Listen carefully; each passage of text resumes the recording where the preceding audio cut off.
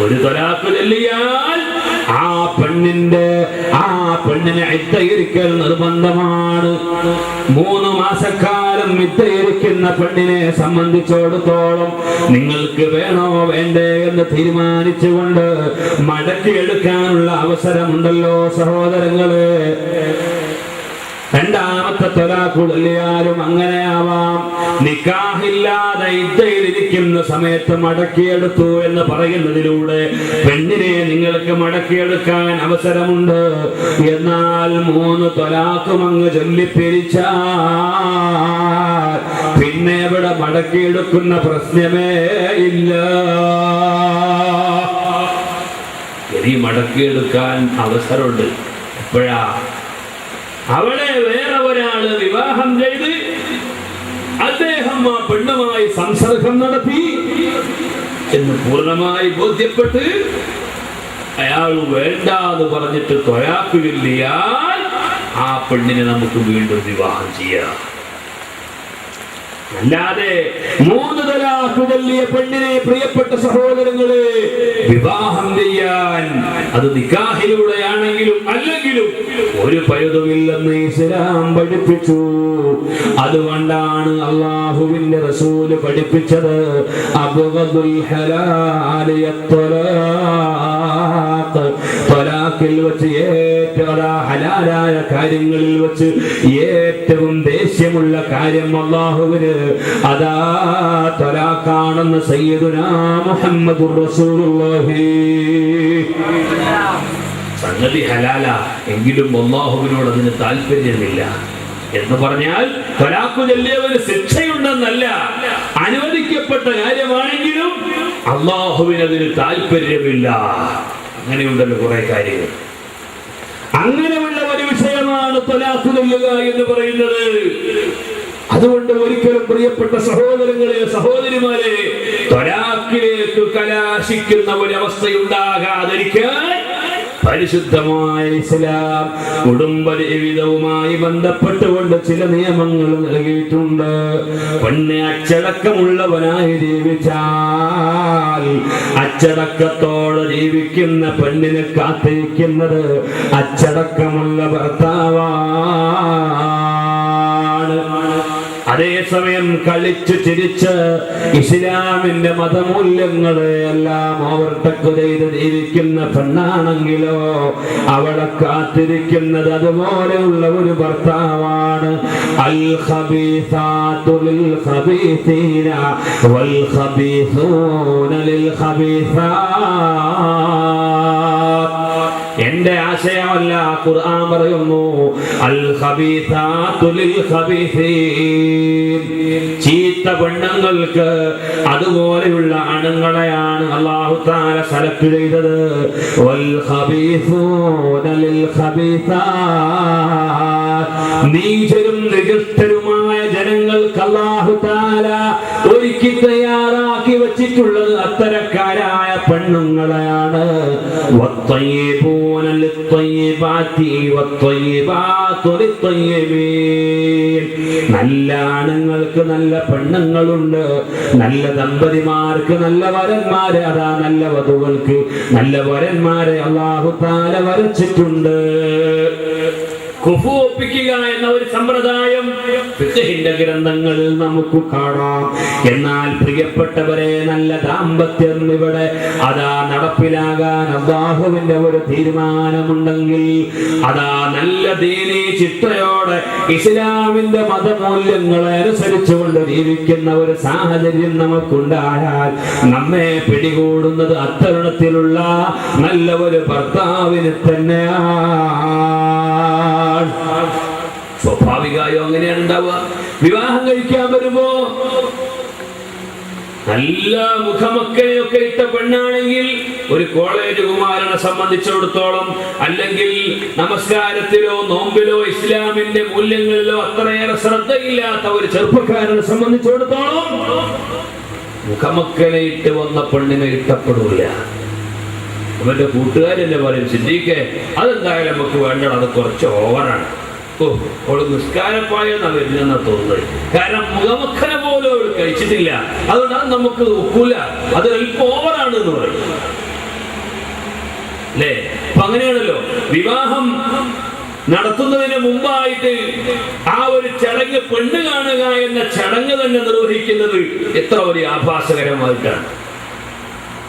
കന്നിനെ കൊണ്ടുപോകാൻ വേണ്ടി, നല്ല ഉദഹീയത്തിന്റെ കന്നെടുക്കാൻ വേണ്ടി വരുമ്പോണ്ടാവും 4-5 ആളുകളൊക്കെ, അഥവാ ഓടിയാൽ നമുക്കൊക്കെ ഒന്ന് സഹകരിച്ച് പിടിക്കാലോ എന്ന് എഴുതിയിട്ട്. എന്നുപോലെ ഈ പെണ്ണിനെ കാണാൻ വരുന്ന സമയത്ത് സുബ്ഹാനല്ലാഹ് 4-5 മല്ലന്മാരിങ്ങനെ ഒന്നിച്ച് ഒരു വണ്ടിയിൽ വന്ന് ഇറങ്ങിയിട്ട് വളരെ പാവപ്പെട്ട ഒരു പുരുഷന്റെ മുമ്പിൽ ഇതുവരെ നിൽക്കാൻ പോലും അവസരം കിട്ടിയിട്ടില്ലാത്ത ഒരു പെണ്ണ് വളരെ പേടിച്ച് പറിച്ച് ഇവരുടെ മുമ്പിൽ വന്ന് നിൽക്കുമ്പോഴാ അവന്റെ കമന്റ്, എത്രയാണ് നീ പഠിച്ചത്? അപ്പൊ സാധുവിന്റെ മറുപടി, ഞാന് 10ാം ക്ലാസ് എഴുതി കഴിഞ്ഞു. അപ്പൊ മൂപ്പരെ ചോദ്യം, എന്നാ പിന്നെ എനിക്കൊരു SSLC അങ്ങോട്ട് എഴുതി പൂർത്തിയാക്കിക്കൂടായിരുന്നു. അപ്പൊ അതിന്റെ മേലുള്ള കോഴ്സായി SSLC നാം മൂപ്പര് വിചാരിച്ചത്. അപ്പൊ കൂടുള്ള ആൾക്കും അല്പം അന്തണ്ട്. മൂപ്പര് പറയാണ്, തമാശ പറയാൻ കണ്ട ഒരു നേരം നീ അഥവാ ഈ പറഞ്ഞത് തമാശയാക്കുന്ന വിധത്തിൽ കൂടെയുള്ള ആളുകൾ അതൊരു വിറ്റാക്കി മാറ്റുകയായിരുന്നു. ഇങ്ങനെ അന്യപുരുഷന്മാരുടെ മുമ്പിൽ ഇതുവരെ എണീറ്റ് നിൽക്കാൻ പോലും അവസരമില്ലാത്ത ചെറിയ പെൺകുട്ടികളെ മുമ്പിൽ കൊണ്ടുവന്ന് 4-5 പുരുഷന്മാരുടെ മുമ്പിൽ പ്രദർശിപ്പിക്കുന്ന ആഭാസകരമായ ഈ ചടങ്ങ്, പ്രിയപ്പെട്ട സഹോദരങ്ങളെ, നിങ്ങൾ ആലോചിക്കണം.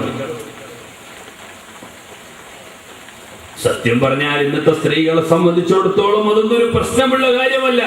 കാരണം ഇന്നത്തെ സാഹചര്യം അങ്ങനെയാണല്ലോ. ഏതായിരുന്നാലും വളരെ ചുരുക്കം ചില സ്ത്രീകളെങ്കിലും വളരെ അച്ചടക്കത്തോടെ ജീവിക്കുന്നവർ ഇപ്പോഴും ഉണ്ട് എന്ന സത്യം നമ്മൾ ആരും മറക്കാൻ പാടില്ല.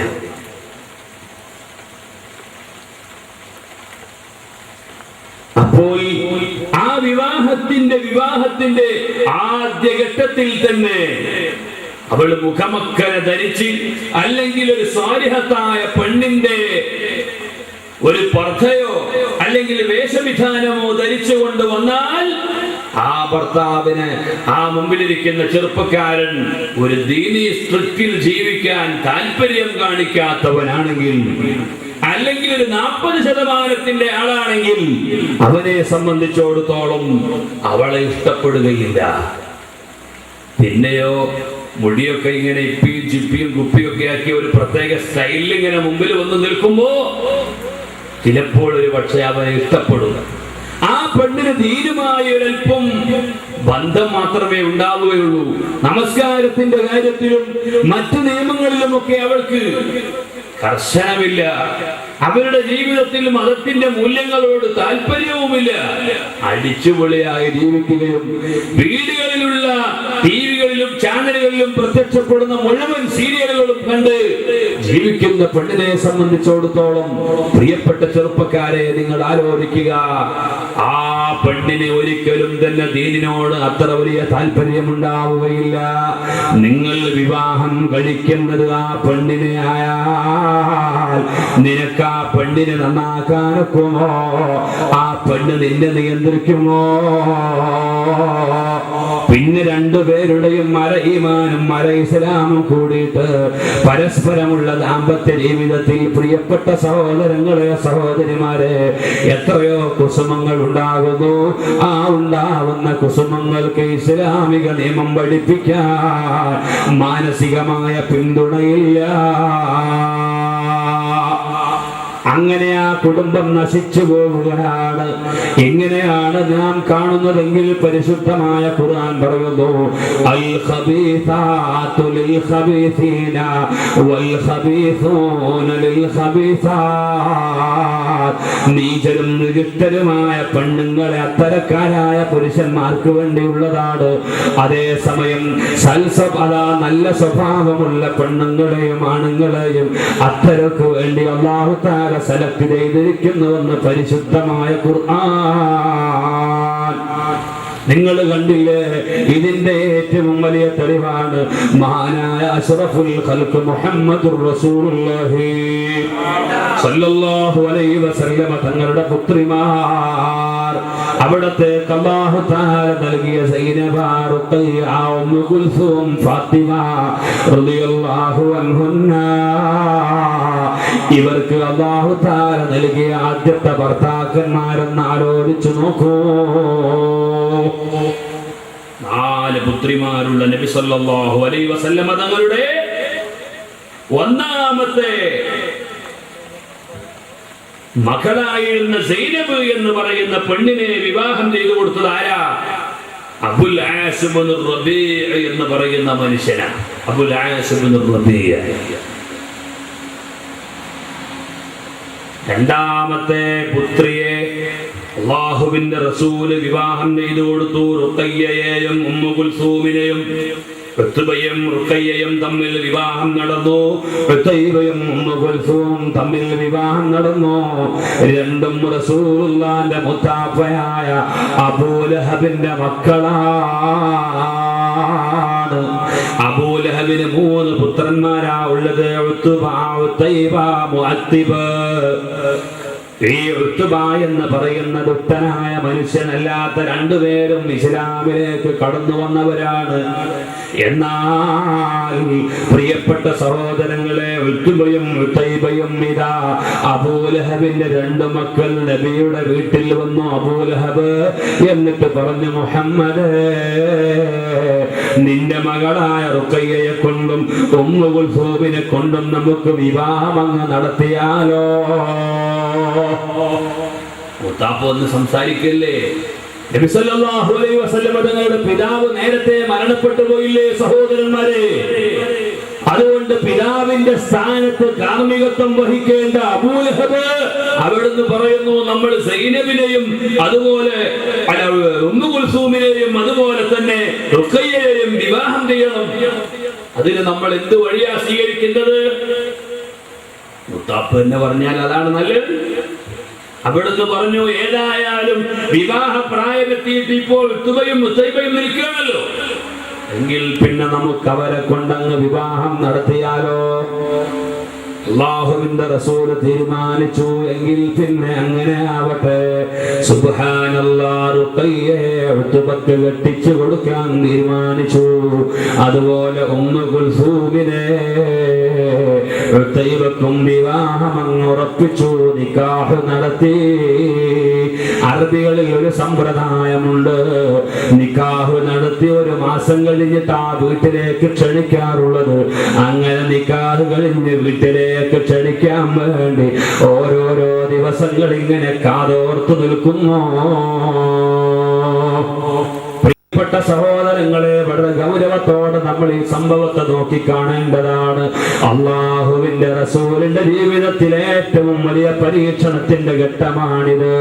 നബി സല്ലല്ലാഹു അലൈഹി വസല്ലമ തങ്ങൾക്ക് അല്ലാഹു തആല വിവിധങ്ങളായ പരീക്ഷണ ഘട്ടങ്ങളെ അല്ലാഹു തആല നൽകിയപ്പോൾ എല്ലാം പൂമത്ത പോലെ സ്വീകരിച്ച നബി സല്ലല്ലാഹു അലൈഹി വസല്ലമ തങ്ങൾ അതാ നിങ്ങൾ നോക്കൂ, അവിടുന്ന് അനുഭവിക്കുന്നത് അബൂലഹബിന്റെ ഉത്ബയും ഉത്തൈബയും അവിടുത്തെ മക്കളായ റുഖയ്യയെയും ഉമ്മു കുൽസൂമിനെയും നിക്കാഹ് ഉറപ്പിച്ചങ്ങ് നിൽക്കുമ്പോഴാണ്